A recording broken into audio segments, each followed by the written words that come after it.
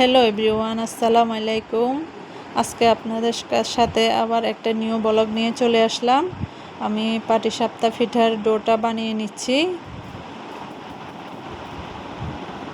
পাটিসাপটার পিঠার ডোটা অল্প অল্প পানি দিয়ে তারপরে মিক্স করতে হবে। আমি অফ ক্যামেরা এটা পুরোটা আমি অল্প অল্প পানি দিয়ে এটাকে ভালো করে ফাটাতে হবে, না হলে লাম্পস থেকে যেতে পারে।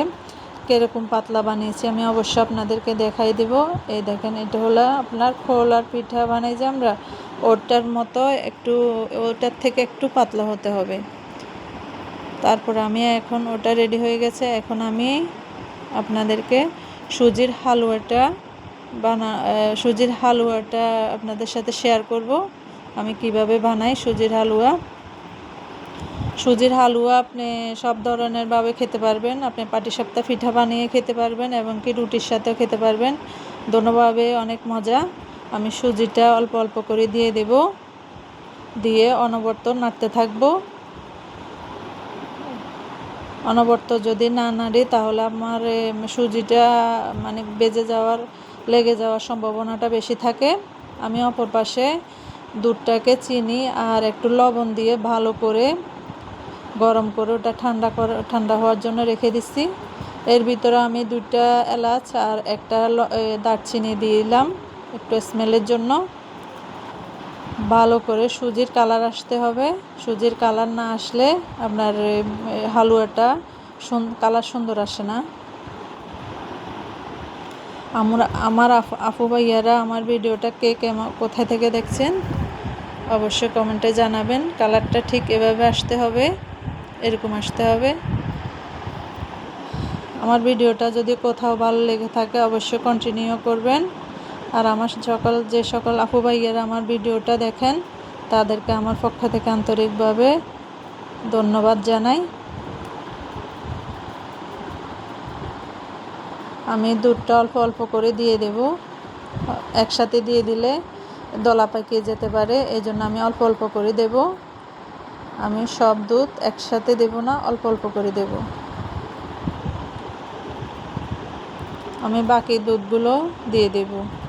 প্রথমে এগুলাকে ভালো করে নেড়ে, যে দলা আছে এগুলো আস্তে আস্তে নাড়তে নাড়তে দলাগুলো আপনার হয়ে যাবে।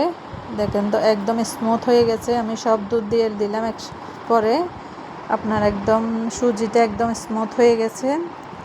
এভাবে নাড়তে নাড়তে আমার 2-3 মিনিটের ভিতরে আমার সুজির হালুয়াটা একদম রেডি হয়ে যাবে। আমি আপনাদের সাথে আরেকটা পাটিসাপটা পিঠা একটা বানিয়ে শেয়ার করে দেব। দেখেন আমার সুজির হালুয়াটা খুবই স্মুথি হয়েছে।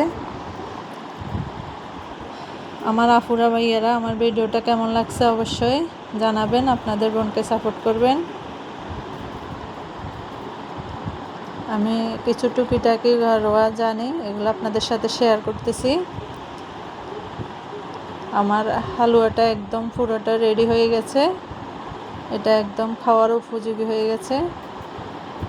এটা আপনি রুটি দিয়েও খেতে পারবেন। রুটি দিয়ে খেলেও অনেক মজা, পাটিসাপটা পিঠা দিয়ে খেলেও অনেক মজা। আমি দোনোভাবে খেয়ে দেখেছি।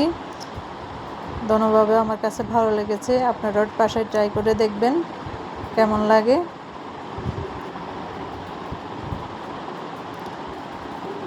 আমার হালুয়াটা রেডি হয়ে গেছে। এখন আমি পাটিসাপটা পিঠা আপনাদের সাথে একটা করে বানিয়ে দেখাবো।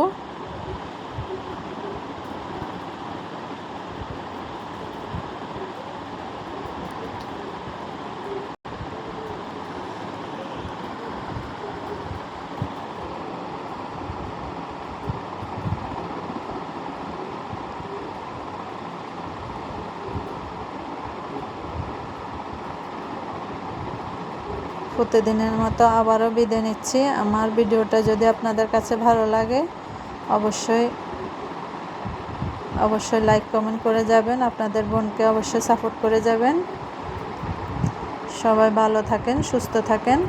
আসসালামু আলাইকুম। সবার জন্য শুভকামনা রইল।